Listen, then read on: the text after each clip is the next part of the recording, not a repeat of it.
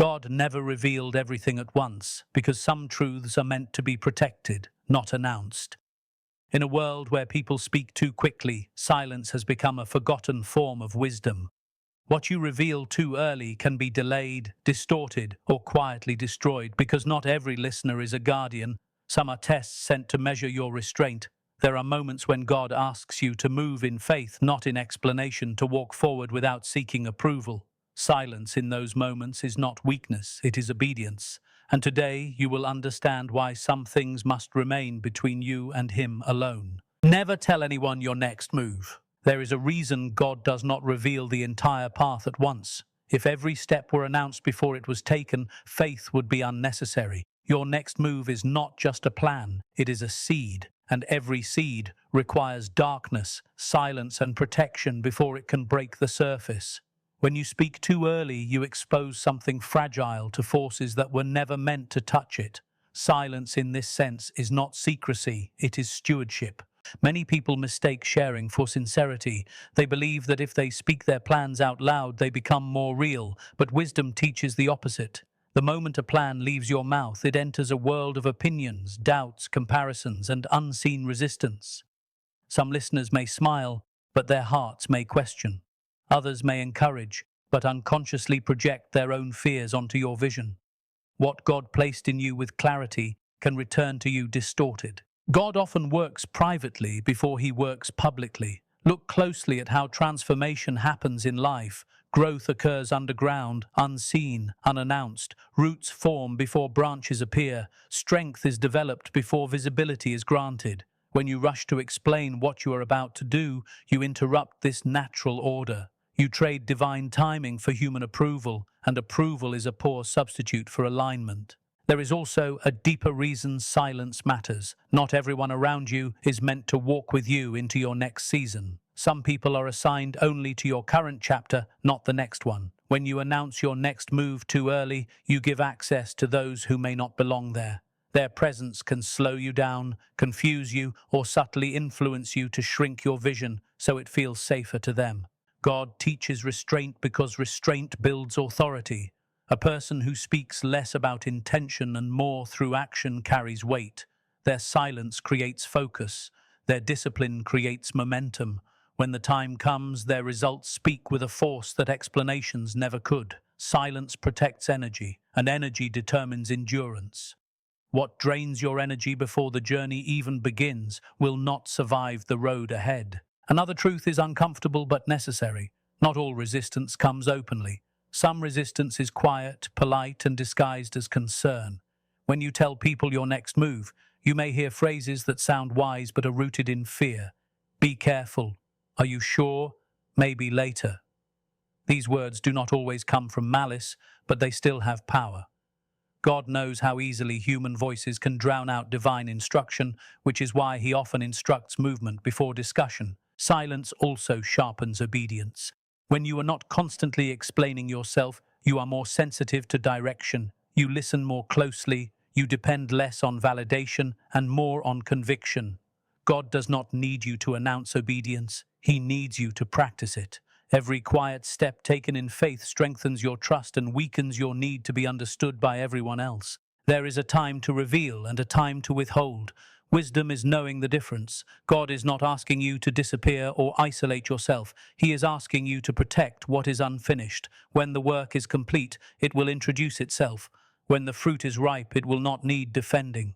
Until then, silence is not delay, it is preparation. So if you feel an urge to explain what you are about to do, pause. Ask yourself whether this explanation serves the plan or your comfort. Ask whether you are seeking alignment or applause. God already knows your next move. That alone should be enough.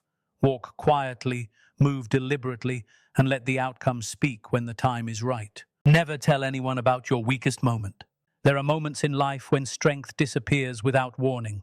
Moments when the weight becomes too heavy, the mind grows tired, and the heart feels exposed. These moments are not signs of failure, they are part of being human.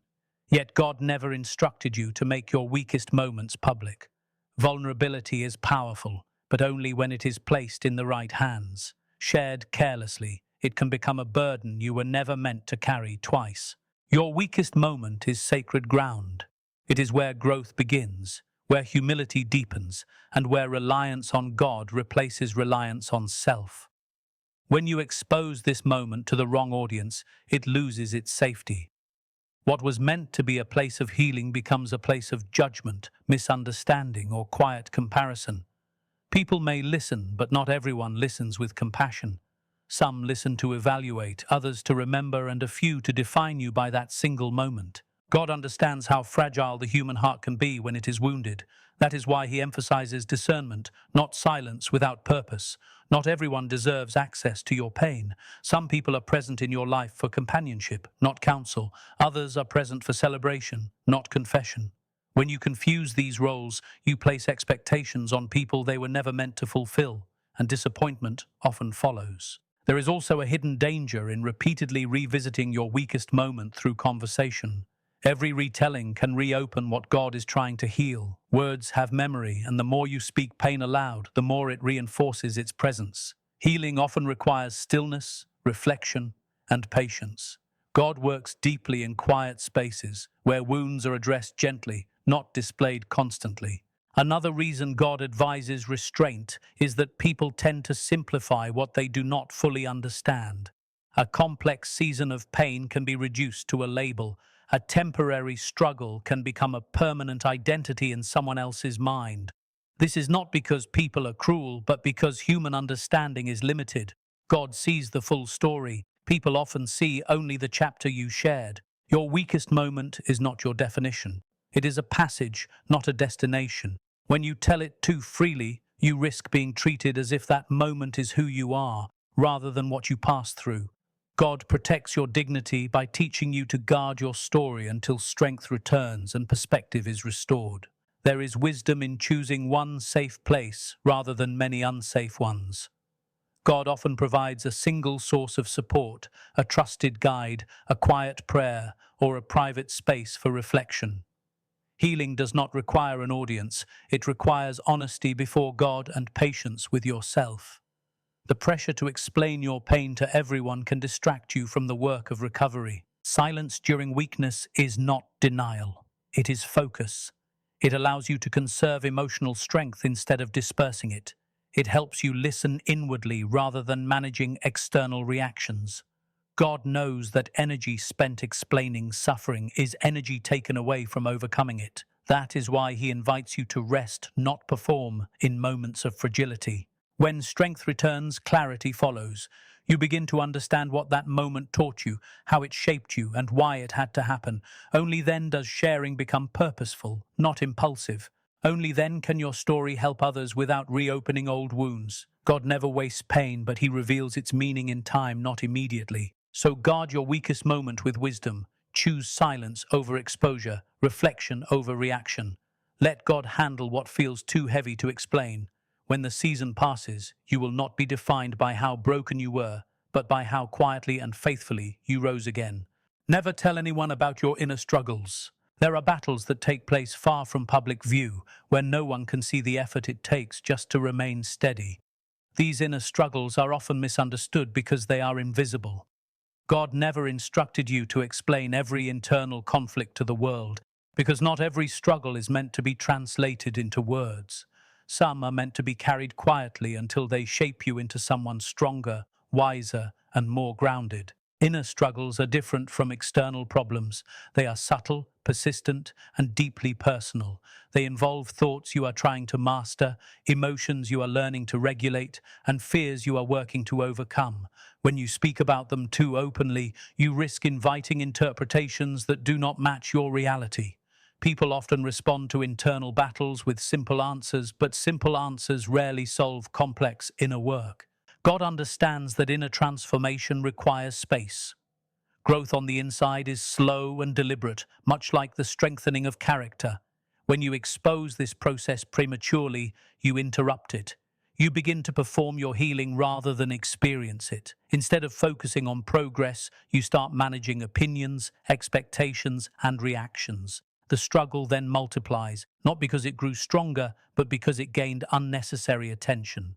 Another reason God teaches restraint is that inner struggles are often misread as weakness or instability. What is actually a season of refinement can be mistaken for failure. People may begin to treat you differently, not with support, but with caution. This shift in how others perceive you can quietly affect your confidence, making the struggle heavier than it needs to be. There is also the danger of internalizing other people's interpretations. When you share your inner struggles, you open yourself to advice that may not align with your journey. Some suggestions may be well-meaning but misplaced. Others may reflect the speaker's unresolved issues rather than your own. Over time, this external noise can drown out the inner clarity God is developing within you. God often does his deepest work in silence. Just as muscles grow during rest, the mind and spirit strengthen away from observation. Inner discipline requires privacy. It requires honest self-examination without the pressure to appear better or fixed for others. When no one is watching, you are free to confront truth without fear of judgment. Another quiet truth is that constant disclosure can freeze you in the struggle. When people repeatedly hear about your internal battles, they may unconsciously expect you to remain in that state.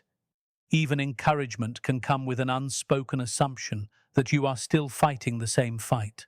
God wants you to move forward, not remain anchored to a season that was meant to pass. Silence allows your inner work to mature. It gives you time to observe patterns, correct habits, and strengthen resolve without interruption. God knows that mastery begins internally before it ever becomes visible. What you conquer privately will eventually reflect publicly, without explanation. This does not mean you are meant to walk alone in isolation. It means you are meant to walk with discernment. God may lead you to one safe space, one trusted voice, or one quiet practice of reflection. The difference between wisdom and exposure is intention. Sharing should serve healing, not relieve momentary discomfort. When your inner struggles are resolved, they often leave behind clarity instead of chaos. You gain insight, patience, and self-respect. At that point, if you choose to speak, your words come from strength rather than confusion. Your story becomes guidance, not a request for rescue. So protect your inner battles while they are still being fought. Let God refine you in the quiet. When peace replaces conflict, it will show naturally in your decisions, your tone, and your presence. No explanation will be necessary because the change will speak for itself. Never tell anyone about your acts of sacrifice. There is a quiet power in doing good without being seen.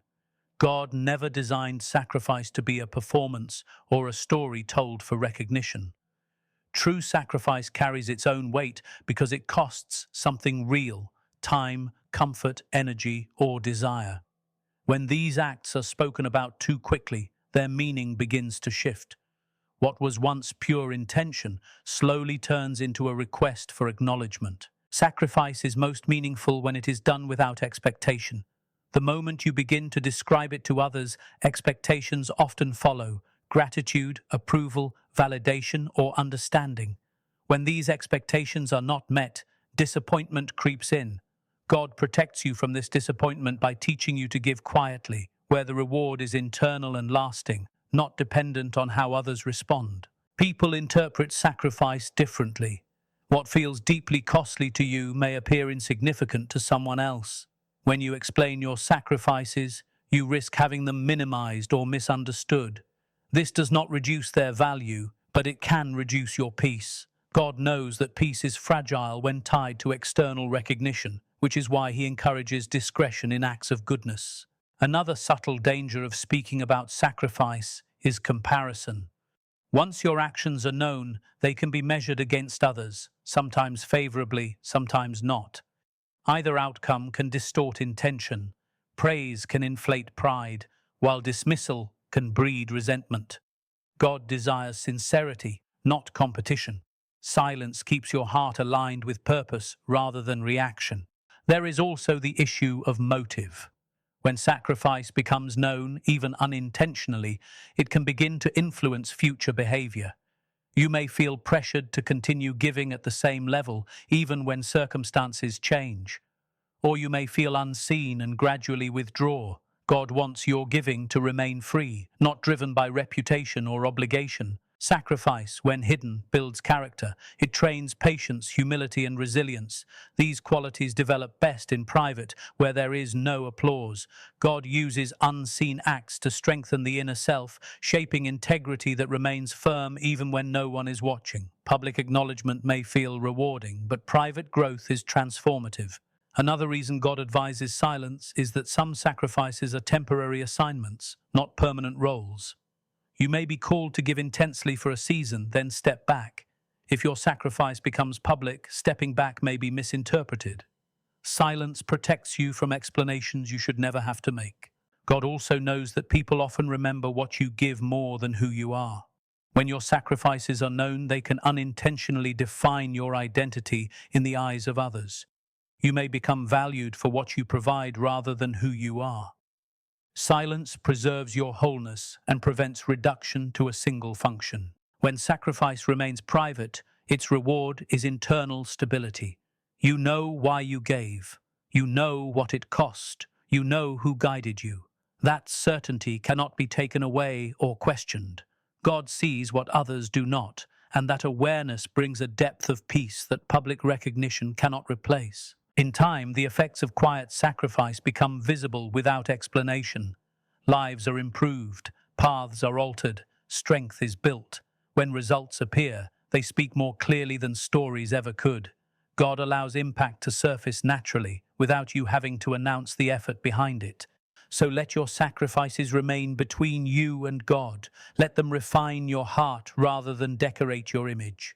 What is done quietly lasts longer, weighs more, and teaches you that the greatest rewards are often the ones no one else ever sees. Never tell anyone about your final victory too soon. Victory has a delicate moment before it becomes permanent. God understands that success, when revealed too early, is vulnerable. What is still forming needs protection, not announcement. Many outcomes fail not because they were weak, but because they were exposed before they were fully secured. This is why God teaches patience at the edge of triumph. There is a difference between progress and completion.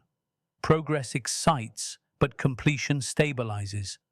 When you speak about victory while it is still unfolding, you invite opinions, expectations, and pressure into a process that needs calm focus.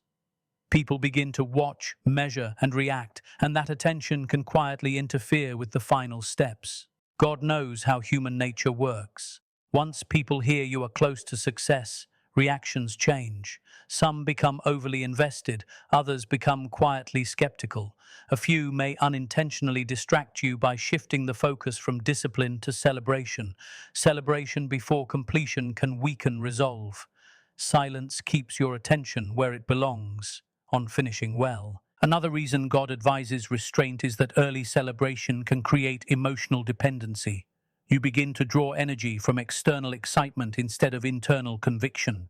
When challenges appear, and they always do near the end, that external energy may disappear. God wants your strength to come from commitment, not applause. There is also the reality that not all victories are immediate or visible. Some wins are internal, self-control restored, discipline established, peace reclaimed. When you announce these victories too soon, you risk having them questioned or dismissed. God allows victory to settle quietly so it can take root and remain stable. God's timing is precise. He reveals outcomes when they are no longer fragile. Just as fruit is not picked before it ripens, success is not meant to be revealed before it matures. What is revealed too early often carries stress. What is revealed at the right time carries authority. Silence at the edge of victory also protects humility. When you do not speak prematurely, you remain aware of how much effort, patience, and grace were required. Humility keeps victory grounded. It prevents success from becoming a burden instead of a blessing. Another overlooked truth is that some people struggle with change. When you announce victory too soon, you force others to adjust before you are ready to stand firmly in your new position. God allows your victory to become solid within you first, so you can carry it without guilt or hesitation. When victory is finally revealed, it speaks clearly. There is no need to defend it or explain it. Results stand on their own. God allows the work to introduce itself so you do not have to. This kind of revelation feels calm, not rushed. It brings peace, not anxiety. Silence before victory also sharpens gratitude. You become deeply aware of the journey, the resistance, and the endurance required. Gratitude keeps success meaningful. It reminds you that the victory was never just about the outcome, but about who you became along the way. So wait before you speak. Let victory finish its work in you. When the time is right, it will be evident without effort. God does not rush what is meant to last. What survives silence is strong enough to be revealed.